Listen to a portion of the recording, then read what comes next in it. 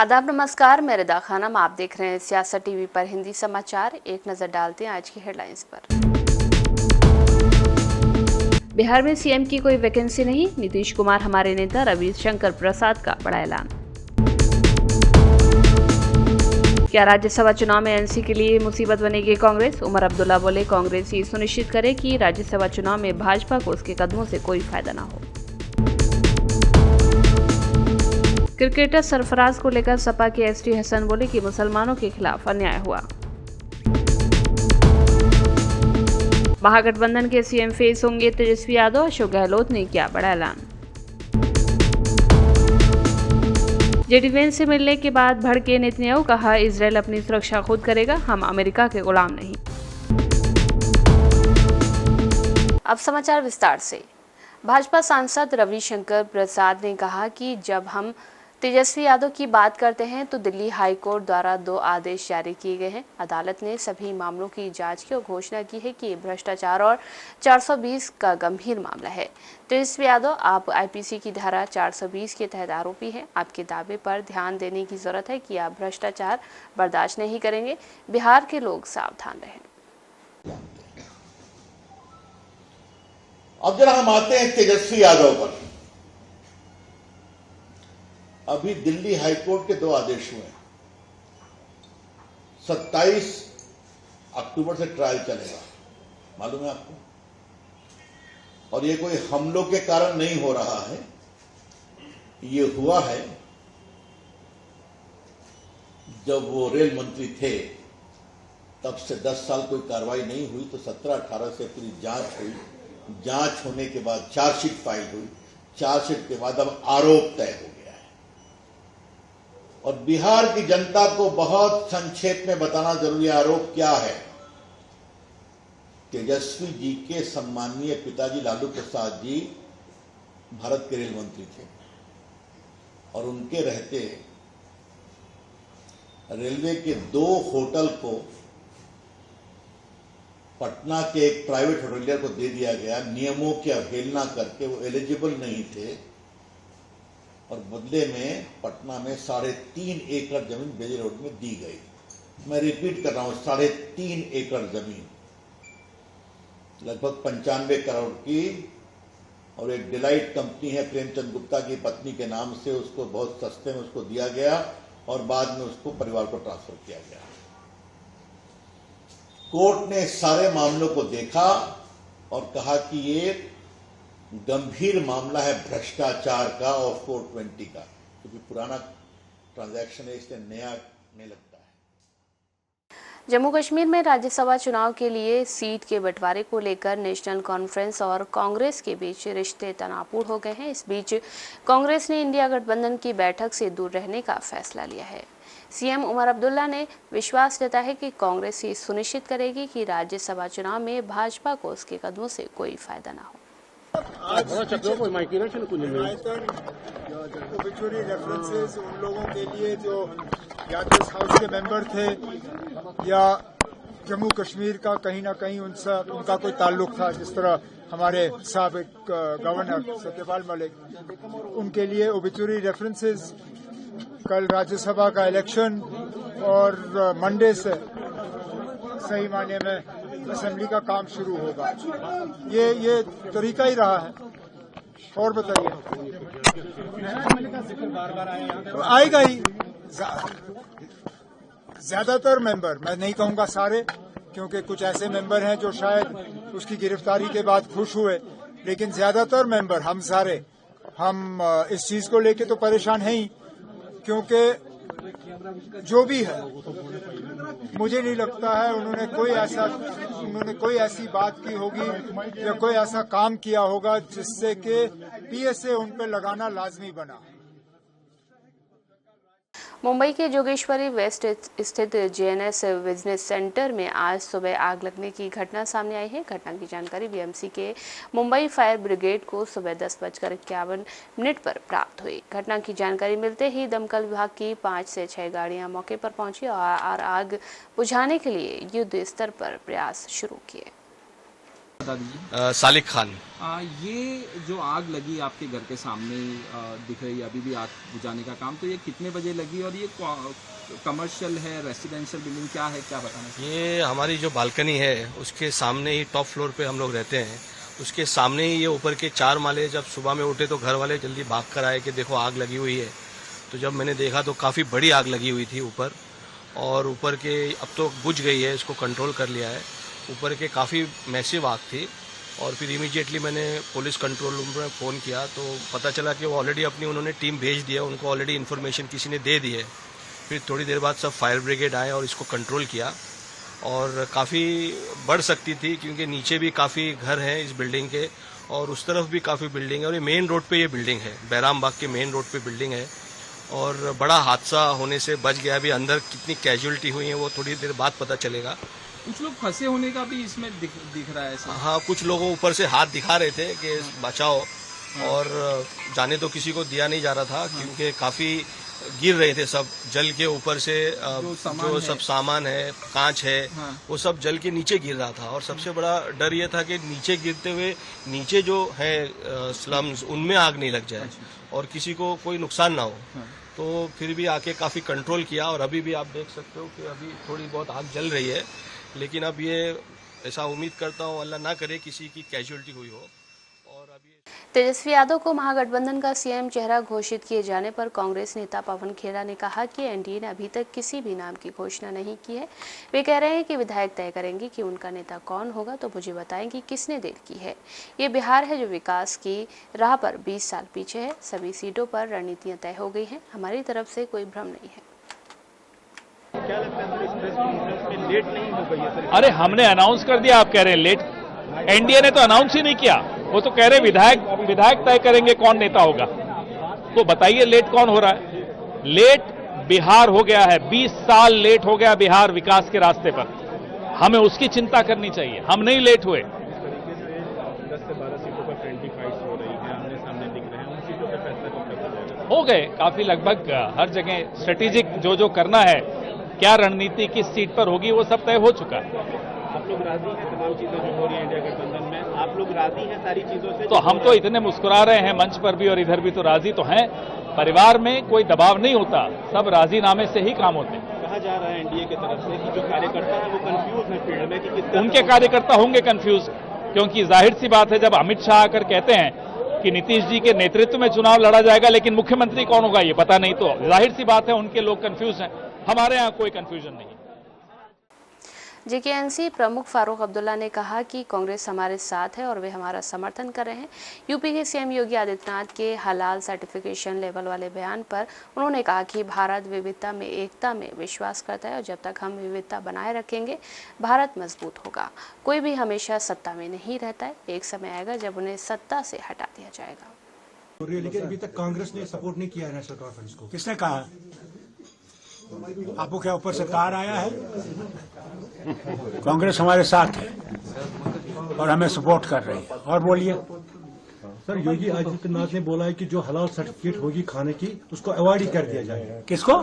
जो हलाल सर्टिफिकेट मिलती है ना यूपी में खाने पीने की, तो उसने बोला कि हलाल सर्टिफिकेट वाला खाना अवॉइड करना चाहिए सबको। ये आपको यूपी के वालों के सवाल पूछना चाहिए, हम लोगों को इससे कोई ताल्लुक नहीं। लेकिन सर ये मुसलमान वहाँ के लोग जो हैं इसका फैसला वो करेंगे।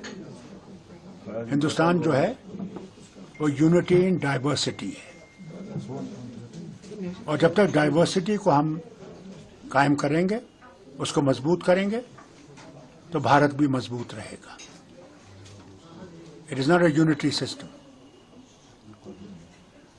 और अनेकता में एकता है, और जब तक हम अनेकता को मजबूत करते रहेंगे वतन भी मजबूत रहेगा। और ये वक्त की बात है, थोड़ी देर के लिए बात है, तब्दीलियां होती रहती हैं, कोई हुकूमत हर वक्त नहीं रहती है, इनका भी वक्त आएगा जाने का। मगर कभी हौसला हारना नहीं चाहिए, सब्र और बर्दाश्त होना चाहिए। जब तक हम सब्र और बर्दाश्त करते रहेंगे सब ठीक होगा। ऊपर वाला सबके लिए है, वो किसी भी मजहब से हो। छत्तीसगढ़ के पूर्व मुख्यमंत्री और कांग्रेस नेता भूपेश बघेल ने कहा कि विष्णुदेव साय से मैं पूछना चाहता हूं, क्या आपके पास कोई नीति है, कोई कार्यक्रम है? यहाँ के नक्सली महाराष्ट्र, तेलंगाना या आंध्र प्रदेश में सरेंडर क्यों करते हैं, आपके यहाँ क्यों नहीं करते? अरे भाई, एक चीज बताओ, जब रमन सिंह मुख्यमंत्री थे, ननकी राम कंवर गृह मंत्री थे, उसका बयान उठा के देख लो, 6 महीने में खत्म कर देंगे। 2004 की बात है ना, तब से दावा कर रहे हैं। और विष्णुदेव साय से मैं ये पूछना चाहता हूं कि आपने ऐसा कौन सी नीति अपनाई है? कोई नीति है, कोई कार्यक्रम है आपके पास? एक आध नीति बताओ। यहाँ के नक्सली महाराष्ट्र में जाकर सरेंडर करते हैं, तेलंगाना या आंध्र प्रदेश में सरेंडर करते हैं, आपके यहाँ क्यों नहीं करते? आपकी कोई नीति अच्छी है तो सरेंडर वहाँ क्यों करते हैं?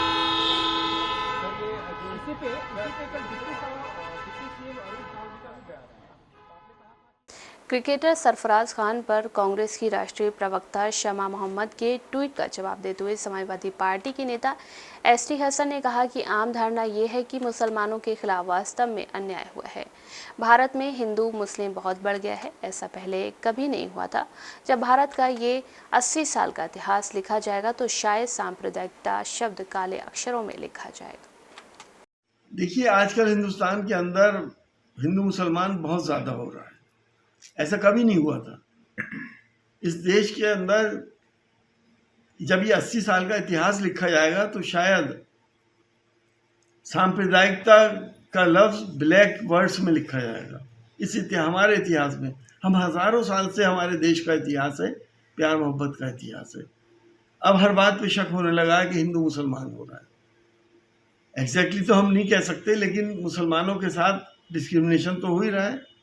और ख़ास तौर से जो पिछला दशक गुजरा है उसमें तो बहुत ज़्यादा हुआ है। तो बिहार विधानसभा चुनाव को लेकर महागठबंधन की ओर से आज पटना के मौर्य होटल में साझा प्रेस कॉन्फ्रेंस की गई।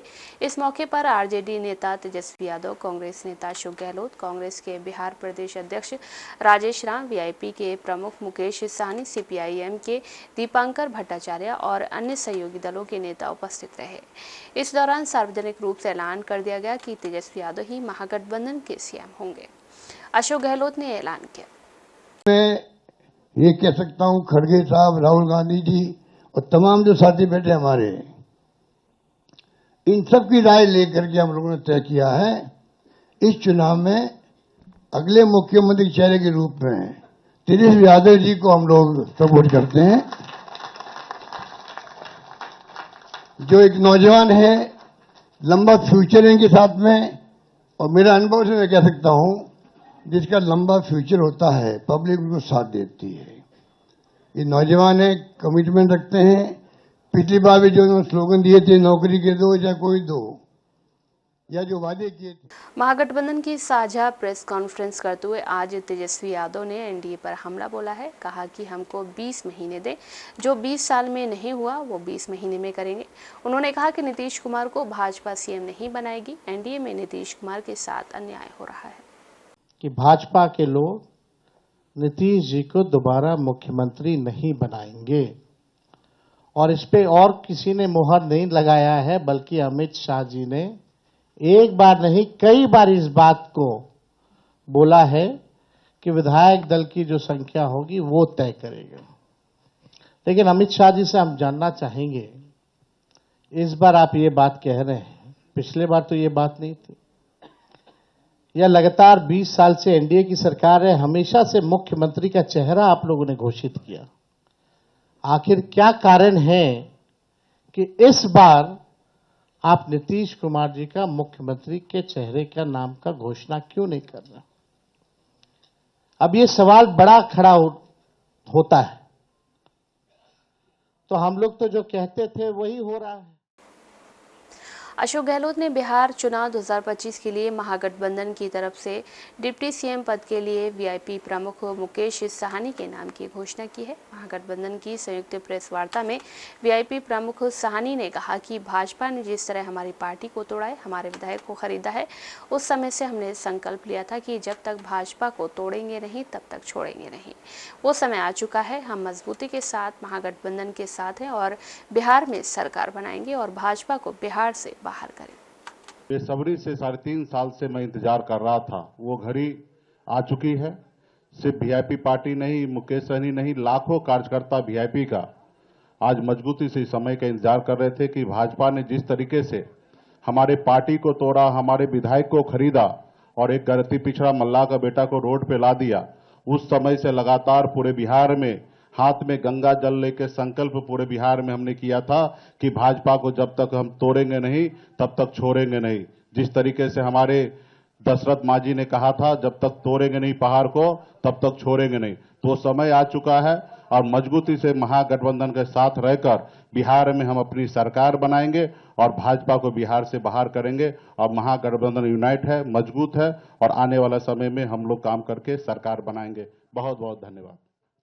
जेडीयू नेता मनोज कुमार झा ने दिल्ली में हुए एनकाउंटर पर बात करते हुए कहा कि अगर कोई इन्वेस्टिगेटिव एजेंसी किसी भी अपराधी के खिलाफ कार्रवाई करती है तो उसे विधानसभा चुनाव से जोड़ना कल्पना की अति की पराकाष्ठा होगी।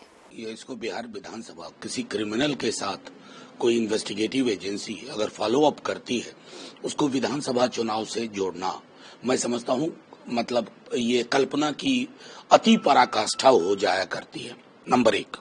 नंबर 2, मेरा व्यक्तिगत तौर पे हमेशा ये मानना है कि एनकाउंटर सच का भी एनकाउंटर हो जाता है। किसी भी आपराधिक पृष्ठभूमि की, उसकी कार्यशैली को अगर जानना है तो उसको अरेस्ट करके उसके सारे तार, आपके हाथ से वो तार छूट जाता है। बहरहाल एजेंसीज ने ये किया है, इससे ज्यादा क्या टिप्पणी करें। मैं समझता हूं कि इस तरह की कपोल कथाएं नहीं, आधारहीन चीजों पे चर्चा ना हो। अगर पुख्ता जानकारी है तो उसको न्यायालय के समक्ष ले जाएं, यही हमारी न्यायिक प्रणाली की मैं समझता हूं कि अहर्ता होती है। गाजा सीज़फायर टूटने के कगार पर पहुंच चुका है। इसे लेकर अमेरिका के उपराष्ट्रपति जेडी वेंस और इजराइल के प्रधानमंत्री बेंजामिन नेतन्याहू ने बुधवार को चर्चा की। इस बैठक में शामिल होने के बाद नेतन्याहू ने कहा कि इजराइल अपनी सुरक्षा खुद तय करता है और वो अमेरिका पर निर्भर नहीं है। वहीं जेडी वेंस ने यह भी माना है कि इस क्षेत्र में शांति कायम रखना बहुत बड़ी चुनौती है। ट्रंप प्रशासन के भीतर इस बात की चिंता है कि नेतन्याहू गाजा समझौते से पीछे हटने पर विचार कर सकते हैं, जिससे फिर से बड़े पैमाने पर युद्ध शुरू हो सकता है। ट्रंप के करीबी जेडी वेंस सीज़फायर के मजबूत करने की कोशिशों के तहत ही इजराइल पहुंचे हैं। वेंस ने हमास को निरस्त करने और साथ ही गाजा का पुनर्निर्माण करके वहां के निवासियों के जीवन को बेहतर बनाने की चुनौतियों पर जोर दिया। नेतन्याहू ने कहा कि इजराइल अमेरिका को गुलाम या अधीन देश नहीं है। उन्होंने कहा कि इस तरह की बातों को बकवास बताया। नेतन्याहू ने कहा कि कुछ लोग समझते हैं कि अमेरिका इजराइल को चलाता है, कुछ लोग समझते हैं कि इजराइल अमेरिका को चलाता है। ये सब बातें बकवास हैं। हम दोनों मजबूत साझेदार हैं। रिपोर्ट के मुताबिक वेंस ने कहा कि हमारे सामने एक बहुत ही कठिन समय है। एक तो हमास को निरस्त करना, तो वहीं पर दूसरा गाजा का पुनर्निर्माण करके वहां के लोगों का जीवन बेहतर बनाना है। हमें ये सुनिश्चित करना है कि हमास अब हमारे इजरायली दोस्तों के लिए खतरा न रहे। हालांकि ऐसा नहीं है। हिंदी समाचार बस यहीं समाप्त होता है। मुझे दें इजाजत। आप बने रहें सियासत टीवी के साथ।